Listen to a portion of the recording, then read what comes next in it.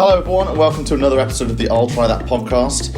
Special episode where we're coming at you live from the UK and Australia, where you've got Joe, Simo and Barry White has joined from the UK. Hello Barry. Hello ladies. My voice isn't that gravelly, is it? It feels deep and sexy. It's pretty deep. Enjoyed your night last night, I must say, Barber, by the sound of things, and so tremendously. Yeah. So your attire right now of a hoodie draped over your eyes, making you look like you're in Star Wars, like a Sith Lord. Is Welcome, young Skywalker. With your gravelly voice. He doesn't sound anything like that, does he? No, it's not too. That was almost a bit Cockney, a little bit. Skywalker, get out of here, you mag. Sorry. Still not quite hit the hangover yet. Feel like I should be boogieing. So, and talking of this style, we've done a very smooth intro there. We're going to talk about one of the smoothest and stylish beers out there right now, which is Peroni. The Italian smoothness, effervescent, all these words that I probably don't know what the actual meanings are, but I use them anyway. But first and foremost, Simo, you've got a hot topic for us. Oh, God. Sorry. Smooth. Yeah, really smooth, just like the beer. So, basically, I'm rusty. So, hot topic, that one. This bodes well for a great episode, guys. We are off to a flyer. Right, so I found a cheeky website and a kind of a nice little blog by a person called Leela Morgan from Perth, Australia. Truth. And this was written in 2020. And it was about this is supposedly the 5 best beer-themed movies. Ooh, okay. Now, what I wanted to shout out to both of you is if you had to think of a beer with a lot of booze in it, like what would be the number one to go to? Okay, so this is just what actually you think of when you think of a film that has beer in it. Well, I mean, Oktoberfest, that comedy spoof film that was out, where there's a group of Americans who train to go to Oktoberfest. Beer Fest, right. Thank you. I didn't even get the name right. Well, Beer Fest, that springs to mind. I'm not even thinking of films. I'm thinking of songs. Sorry, Simo, did you say... I thought you said, do we need to think of boozy beers, high boozy beers? Or are you thinking about films with lots of beer in? I got really confused. So, think about those iconic kind of, when we grew up, there was definitely films that were basically about getting drunk and going crazy. Like, there's quite a lot of them. Oh, okay. I see. Yeah. I mean, could you put the American Pies into that category? They did a lot of house parties where there was beers. I probably would put it in there. I'm thinking Superbad, which I love.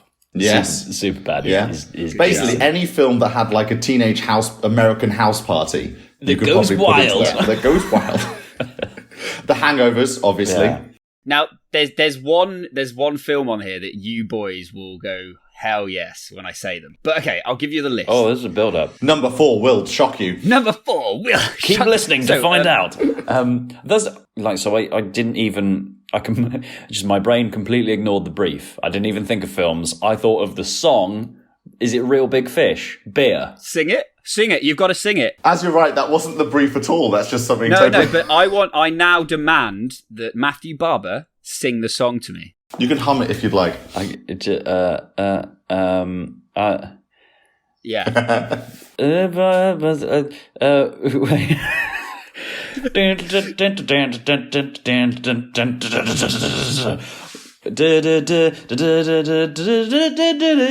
Woohoo! Yeah.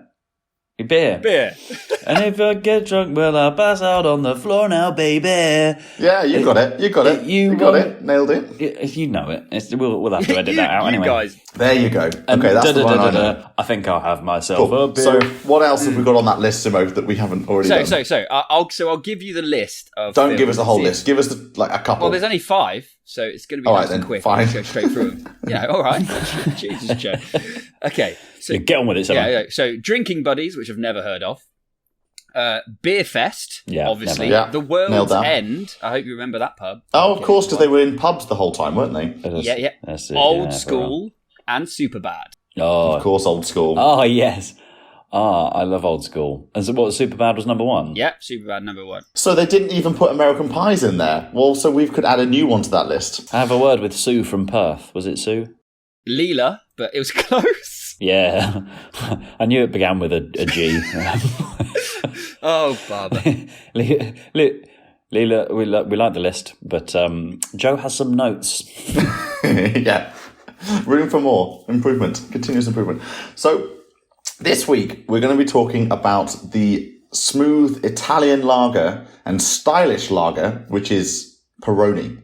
So Peroni, as we alluded to, was first established in Vigevano, Italy in 1846 by a Francesco Peroni. So he gave his name to his beer and his brewery.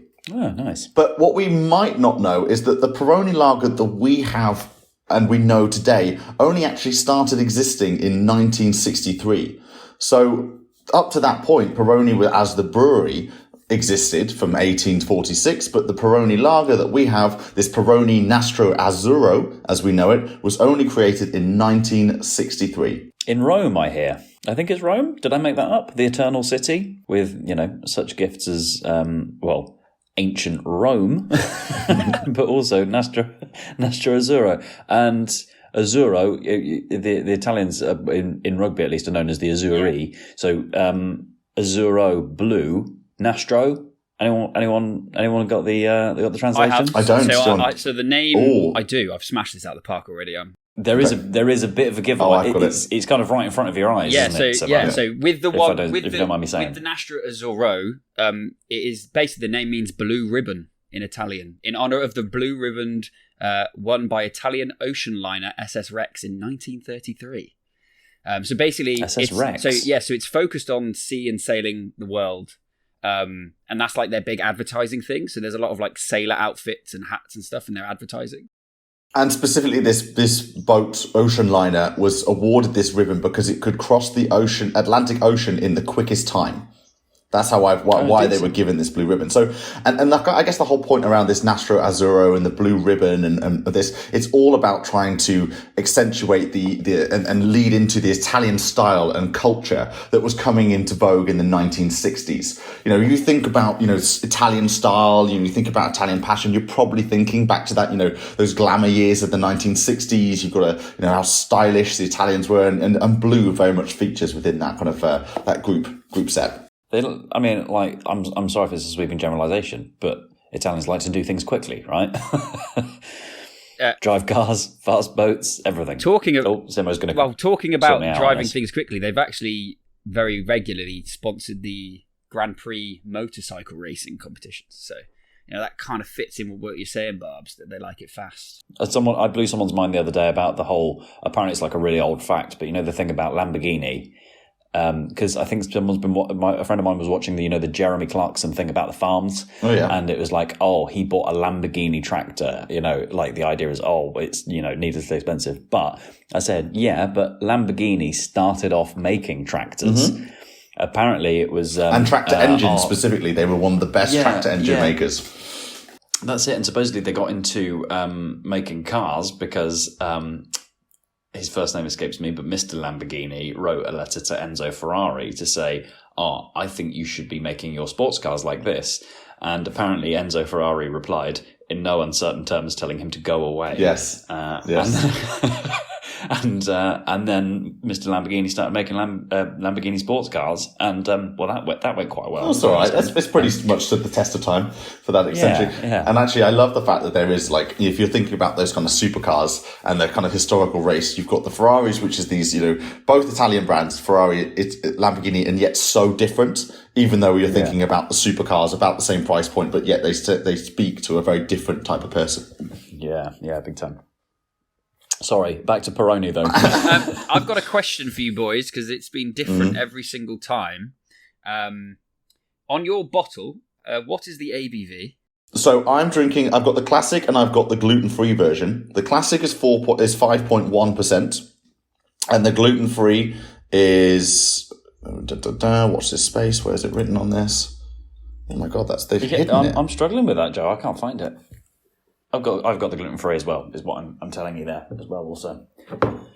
And unfortunately, I think the gluten-free breaks the UK beer laws because it doesn't have the ABV listed on the label. Or have you bought it from somewhere very shifty? Come on, Joe. No one likes the grass, mate. I'm sorry to point this out, Peroni, but I don't think you're allowed to do that. You have to have the ABV listed on your... So mine came out of the box, and on the box it says 5.1. Okay, so it's not four in a box. Yeah, so cool. But on the bottle, you're right. It was just multi-pack, not for single. What was it? Not for singular resale. Yeah. So that's but they don't say that on the bottle. Because mine Barb is actually 5.1 as well this time. So hang about, we've actually got one that doesn't change, that matched up. But I mean, I really like the idea as well that they really push the whole kind of Italian touch on their website. I'm not sure if anyone's had a look, but they kind of like do loads of collaborations with food, travel, fashion, and design, all around Italian kind of iconography, and then all the ingredients from the beer that is all made in Italy. So like everything is done in Italy.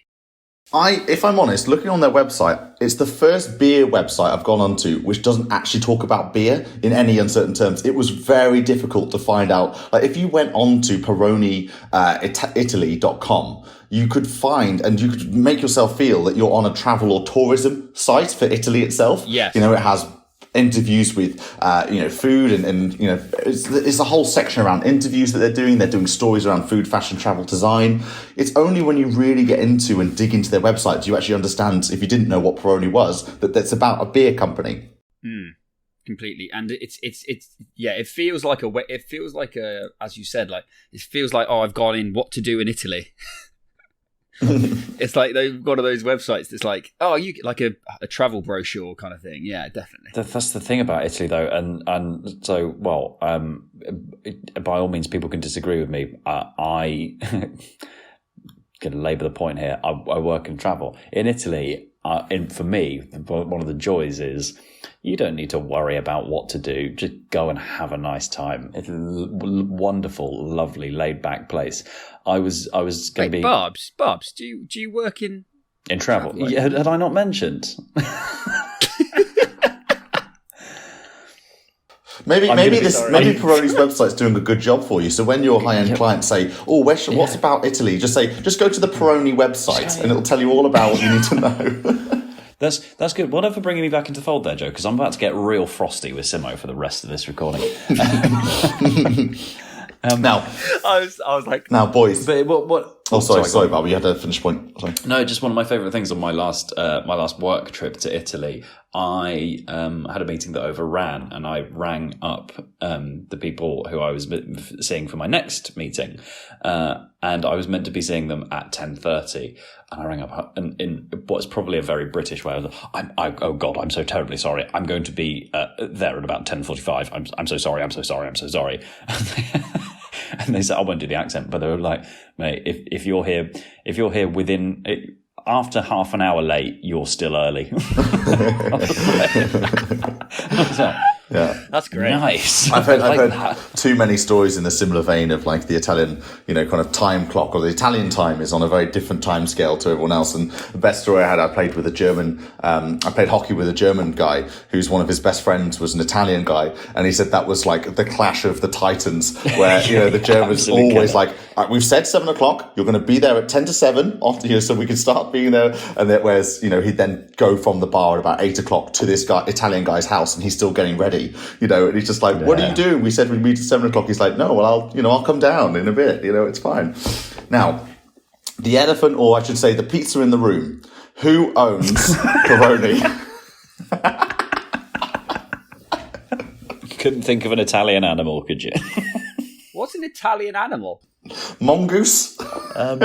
I'm thinking actually, well, what were Romulus and Remus weaned off? Wasn't that a wolf? That was a wolf, yeah. Wolves, yeah, but they're not. But I think Germany are like, Nordic when I think wolves. Yeah, it's true. So with Italy, we can't think of an actual animal. You're just going to have the badger. There must be a bird. Yeah, they're the pizza. Come on, the pizza in the room. Let's go. The pasta shell in the room. Let's move off this quickly and find out what it is. Yeah.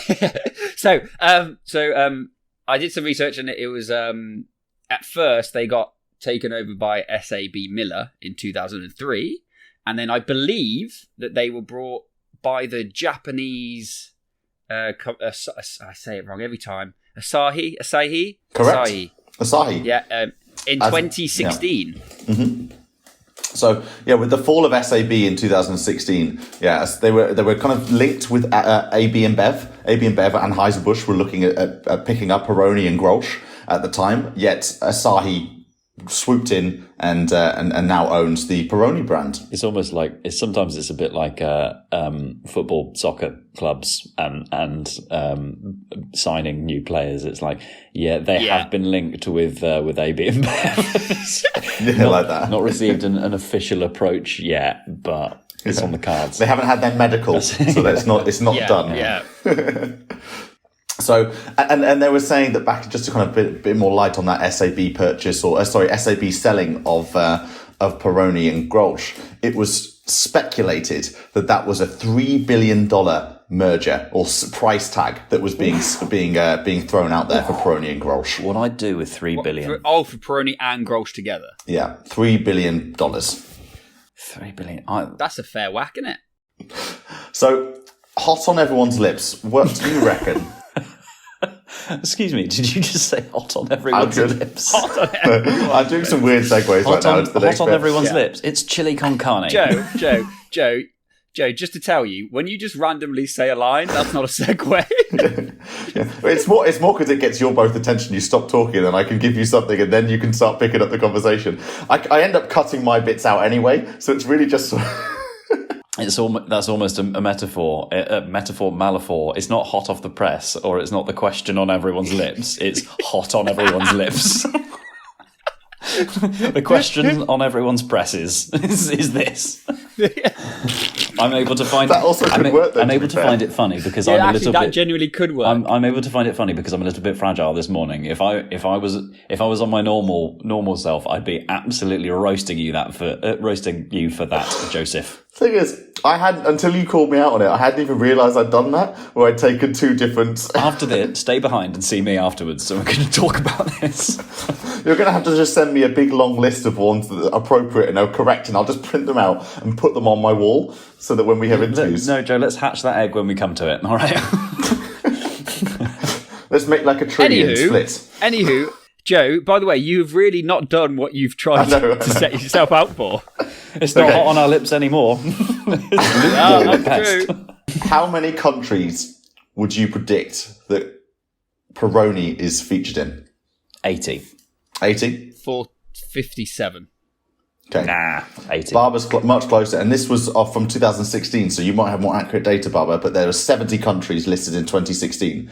But I'm sure since Asahi have come into town that they've probably pushed them into, you could easily make up those 10 you said there. It's not bad to drink either, actually, is it?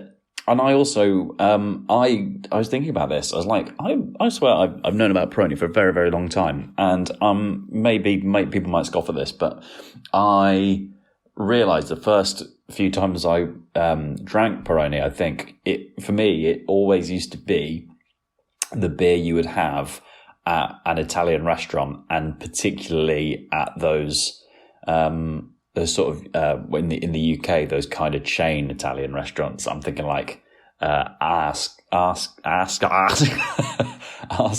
Zizzi's and those kind of places. Ask cafes. Oh yeah. Is that fair to say? Mm-hmm. That's where I seem to know it from. So I've actually maybe not tasted, the chains too. I've actually tasted. So I had I've had the how do you say it? Nastro Azzurro. That's like the most English way to say it ever. Nastro Azzurro. Nastro Azzurro. And then I've also got like the box, the kind of just the Peroni, which is what like is this Peroni? Tell us about your Peroni that you've got. So it's basically so this came before the one that everyone knows. So this is the pre-1963 style beer. Yes, so this is like the original, which is basically, I would say, like a slightly wheatier, slightly heavier version, but very similar. Interesting. And then I've also got the Peroni Leggera. Now, does anybody know what Leggera means? Because I don't. Legs. Essentially, it's a lot lighter, so it's 3.5. It's a lower carbohydrate. Oh, it's light. Essentially, it feels Leggera's like a lighter Italian version. There you go. No, it's not that. So basically, what I'll say is it does genuinely feel just like a lighter version of the Nastro Azzurro, and the Peroni feels like a heavier. So it's like a little like like tier upwards. Ligero is light in Italian. I can fully confirm. Well, there you go. We learned something. So that's interesting because it's funny how sometimes that happens with, like the original beer and then the one that everyone knows. So I found that with, is it Kronenberg or Kronenborg rather? Is that we seem to know 1664, and that's the one that's been exported especially well. But I found being in France in the past, there's it's not that green bottle with the blue label. If you go and have there's the red label, which is just called Kronenberg, which I think was the original as well. I'll have to fact check that. But it's funny that there's one that seems to take off more internationally. So talking about the red label, so obviously as we've talked about and really dissected the blue ribbon and the Nastro Azzurro, and so can think when you think of Peroni, you think of this very elegant, like almost regal blue that's across their packs, across their advertising. But the gluten-free version has a big, it's quite red, isn't it, Barber? It's got the similar kind of blue, the similar label on the front. I'm showing this up on the screen to Simo so we can see.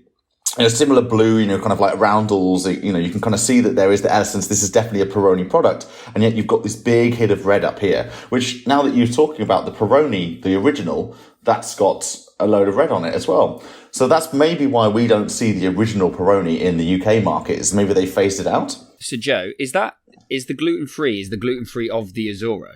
So it's not. It's part of the Azzurro, the blue ribbon family. So it's just because it's interesting how probably there isn't a gluten-free version of their original, like their actual original one, which is the tradition. It says it's basically traditional quality on it. Which I have to believe that that's because they've taken it from 1963. They've taken a new step. Like they've said, the reason why they introduced this was to give new life into the brand. It was to give this whole platform around the blue ribbon. It was to give a whole marketing story behind, a new stage of its existence. So any other new additions to the product family or the beer family will come under the Nastro Azzurro brand, like kind of family, sub-family, let's say. Whereas the original, it seems like they're just keeping that as like, this is what it is. And if you can find it, that's great, but it's not sold in as many places as the Nastro Azzurro family. Like the thing I find interesting is that I would actually say as well that the original, because of like almost the wheatiness to it, I think it could potentially not be as sellable. Whilst I think the Azzurro kind of fits that kind of light lager kind of vibe that you want and especially it kind of maybe matches like the Italian feel more than because I think more Germanic, not Germanic, that's the wrong thing to say, feel like more like Germany kind of vibes when I had the original one. Now, question to you both. Would you say that, or would you think that Peroni is a premium lager? Yes, I would. What's the definition of a premium lager? Well, if you think about it, if you compare in your mind very quickly to this lagerscape, the landscape of lager that you think of, would you put Peroni in the higher, like kind of premium category of those lagers?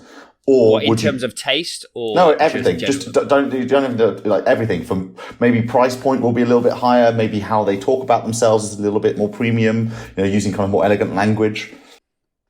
I mean, I would say that the way that they push themselves is to kind of get themselves away from the ones that may be classed as less quality, I guess. But I mean, I don't see a huge difference. Like maybe it's because I'm here. I mean, it kind of reminds me of the Stella Artois advertisements. Yeah, I think you're right. I think you're spot on. Sorry, Barbara. Yeah, just I was just say, for my money, it's a premium lager. That's what I'm sure they would almost. I would almost think they would rather expect you to refer to it as a premium lager, and I think that's probably also the difference from the original Peroni as well. The Nastro Azzurro is this sort of. That's in inverted commas I'm interpreting here, but the deluxe version, Completely. And I think actually it's really fascinating that you talked about this, the French beer, Stella Artois, which also talks about itself being the Belgian beer, Stella Artois, which talks about itself being a premium lager. I would put Peroni and Stella Artois about the same level of like how they're talking about themselves, how they're trying to perceive, like the world to perceive them as these premium, kind of more elevated, more sophisticated than your average lager offering. Brewed and bottled in Italy. Yeah, that's the one thing I really like about when you kind of read the back is like it is actually all come from like even this one is brewed and bottled. And then it's sent to New Zealand. There you go. Barber, now you've had both the gluten-free and the original taste. What do you? Is there a difference? Is this a true representation of the original, big the gluten-free time, version? big time. I haven't actually racked them up next to each other and done like a quick comparison, but yeah, definitely, Do it right now. Yeah. Oh, look at him go! What a champion! What a champ! I feel for the listeners; they're not going to get to see what I just saw, and that was magnificent. Just alternative. He also did it really delicately, like almost awkwardly, like a nerd in a library. I feel like with Peroni, when you're drinking, you've got to have your pinky out. Yeah, dude, it's a premium lager. We just discussed this. Yeah, for me, it's I'm just drinking this one now, and again, I haven't done the like for like sipping like you've done so elegantly, but I wouldn't know the difference. I feel like there's only slight difference I can taste in the palate is that actually the original is a little bit smoother. Okay. You know, like I think it finishes off like quite a bit longer, whereas the gluten free is a very true Peroni product. It's very quaffable is the word of the podcast, and it's very quaffable. And yeah, I feel like there is just a slight difference when you do a back-to-back comparison of the gluten-free to the original. The original just has that longer kind of smoothness that comes through, but it's negligible, really negligible. So I would definitely say that I haven't had the honor of having the gluten-free version, but I've had the light version, the Azzurro, and the classic Peroni. Rate them for us. Well, so this is what I was going to do is like, for me, the Lagera just kind of feels a bit watered down. Okay, that's the light version. So, yeah, that's the light version. It's still nice and it's still very smooth, but it feels like there's less to it.